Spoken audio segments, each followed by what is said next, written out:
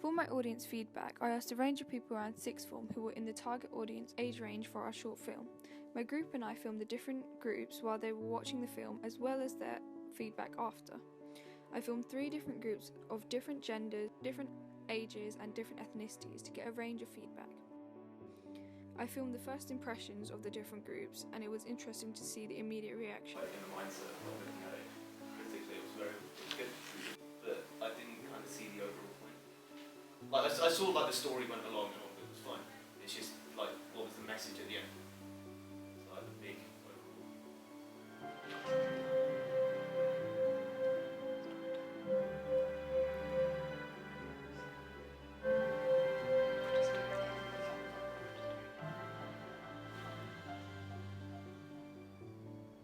I'm gonna cry.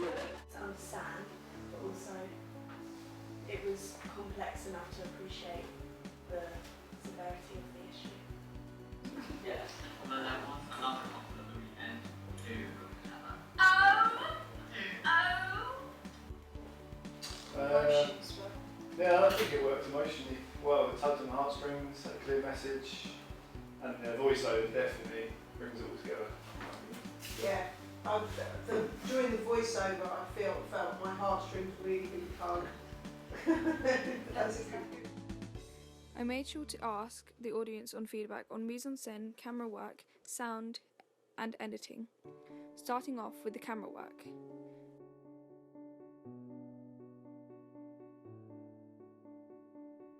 I was just saying, like, the whole thing was so really well done, like really clean and everything, and just like a refreshing kind of feel kind of thing. Someone's done this, they spent time with it, really well done. It was relatable as well, and you could see the point. And the shots were like, they appealed to the modern audience as well. Yeah. So, Okay. Okay. Yeah, we got a shot of shot. I love the shots of Imzi and Naomi. When she got the voiceover, you got a slight magic hour going on, and you didn't give away the faces, so you're only hinting to the audience that she might have a girlfriend. Obviously, already Daniel said to her. Yeah. Yeah. So I think that's what The different types of shots in the short film were liked very much by the audience, and it was said that the spoken word sequence with shots of the main character, Zara, played by Imzi Khan Yusuf, with her girlfriend, Lucy, played by Naomi Beale, were emotionally effective and allowed the audience to make the link between Zara and Lucy. The extreme close-up shots were used to make the moments look more personal and secret to Zara. You can't fully see Lucy's face, but know that she is a big character for Zara and her life. Personally, one of my favourite shots from the whole short film is from the montage sequence at the end while Zara is running away from home. The medium close-up from behind Zara's head while she is walking to the station.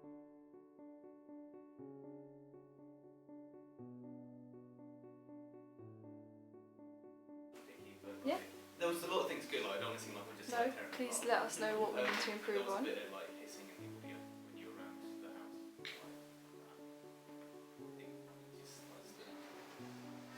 I like the music. It made it a bit more emotional than if it was. I'd say for sound, I would say it might just be me, but it's not necessarily completely obvious that the voiceover is from the TV. It might just be me. I suppose because it sounds so clear, because it should be more diegetic, Yeah. because it should be more sort of ambient. It's because she would be hearing it. we place over the top of it, so Is there any way you could adjust that sound, that track, yeah. that sound to give it a bit more of an ambient? Yeah. And then another thing, the sound for the conversation is not quite spot on. It goes up and down a little bit.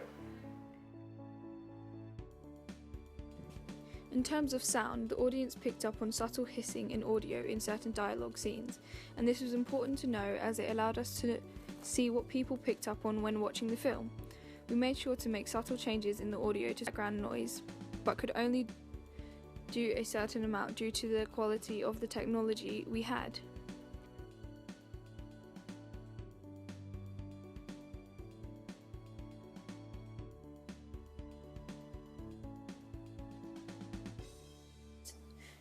It was commonly said that the spoken word was liked and worked emotionally when understanding the story.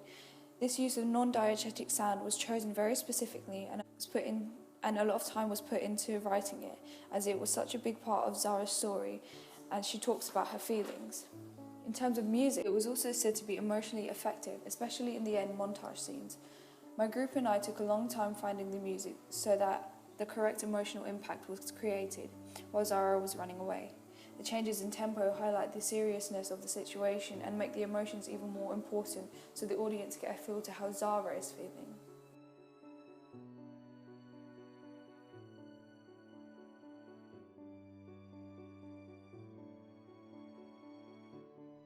Short story.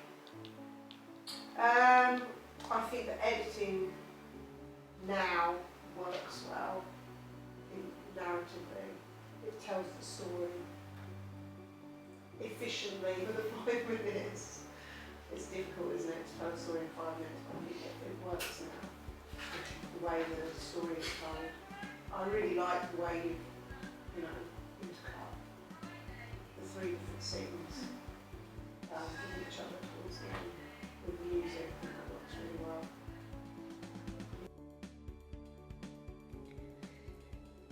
Editing. It was nice to get opinions from an older group of people that just missed the target audience range. Knowing that the way the different shots were cut and ordered was pleasing for the audience helped a lot, knowing that it also helped in terms of narrative and understanding the story.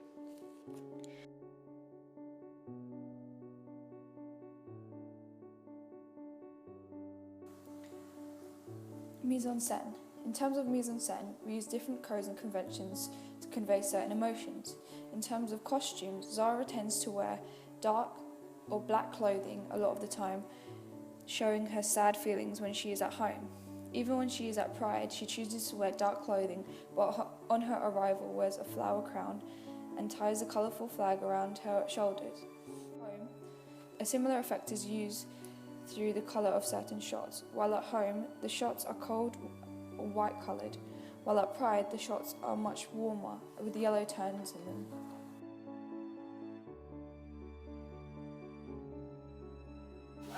The spoken word was really beautiful. It just fitted me so well. Yeah, that's brilliant. Gave you those things, and that kind of gave me an idea of what the actual was about. Leading on to narrative, it was important to see that the narrative was easy to understand but interesting to see how it was anchored through the stimulus of the Orlando shootings as well as the spoken word piece, which was a huge part of the story. It made me happy that it's being addressed, the situations that are happening, but at the same time it makes me angry that it's still evident that people are facing oppression due to their religion. Yeah. I think because, like, especially with me, I don't come from a religious family, so I never really know behind the scenes of it, so I think it opened my eyes to what actually can happen to those who are a bit more religious. Do you think though that if I didn't tell you while you were walking here that it was because of her religion that she wasn't allowed to, or it's against her religion, just watching now on its own, do you think that someone could like get offended? Like if someone was Muslim watching this, do you think they can get offended, or do you think that we've made it quite subtle enough? I think it was made to be subtle. If we didn't know it was about religion, then it could just be taken as someone who they wouldn't have agreed with being gay.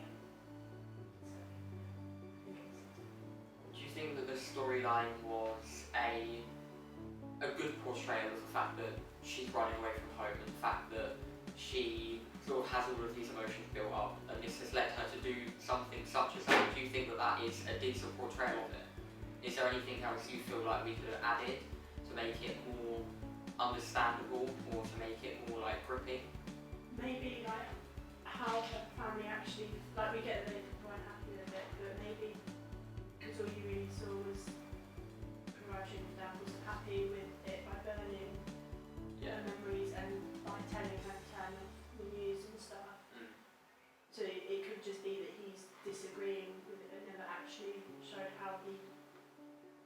felt about Yeah, it, like okay. never saw her talking about it. Yeah.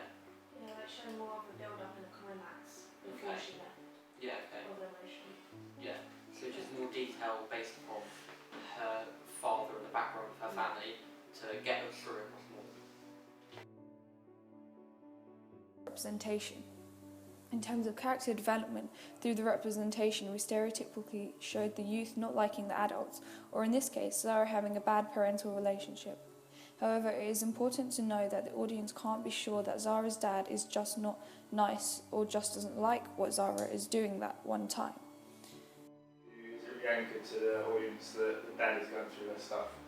There's quite a lot of shots, quite brief, it's not necessarily massively obvious. It is, because there's that close up when she's on the bed after he goes out the room, it hands across, it tracks across to a close up of the little box by the bedside, and that's the box he's going through. And then she's got it next to her as well when she's writing.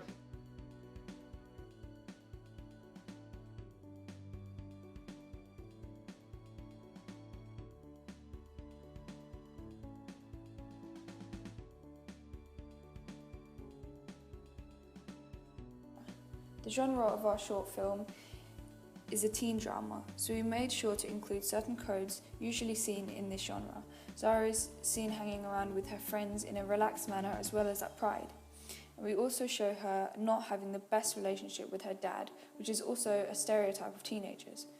However, we tried to keep away from the cringy teen drama codes seen in movies like Mean Girls, as our stimulus was based on something more serious, so instead looked at films like Me and Earl and the Dying Girl, about a girl who has cancer, or The Breakfast Club, which is based around a group of teenagers all having different problems, life problems at home.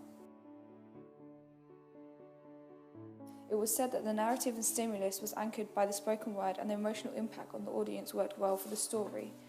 In the end, we wanted the audience to think about those affected by the Orlando shootings and about people around them who may be going through similar problems as Zara. We wanted to end the film on a climax so the audience can figure out for themselves if Zara was better off running away, or if she has made her situation worse by doing so.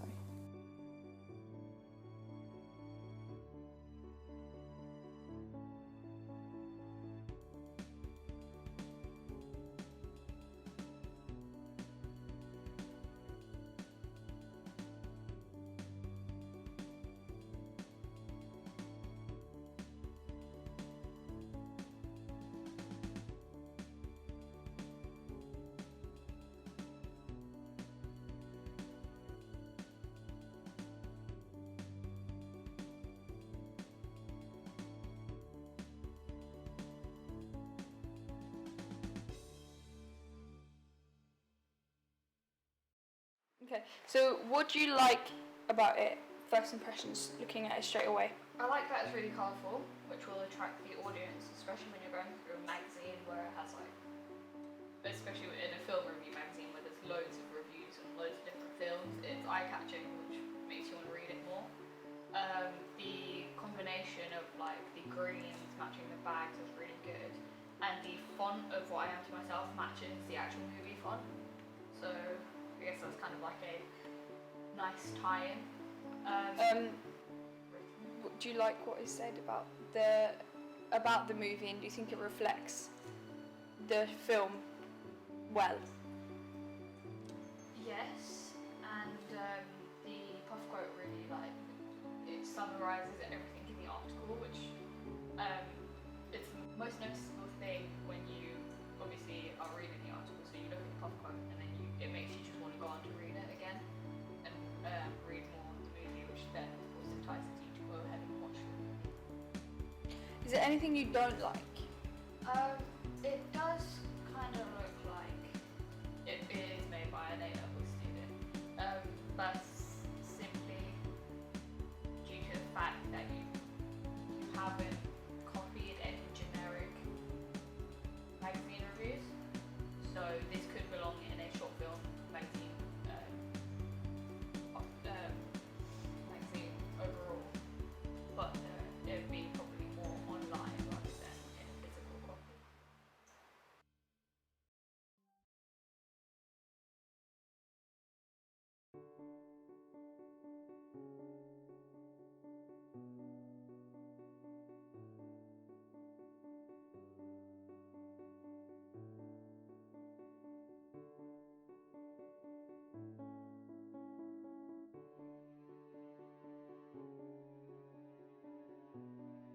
Okay, what are your first impressions looking at the poster for What I Am to Myself?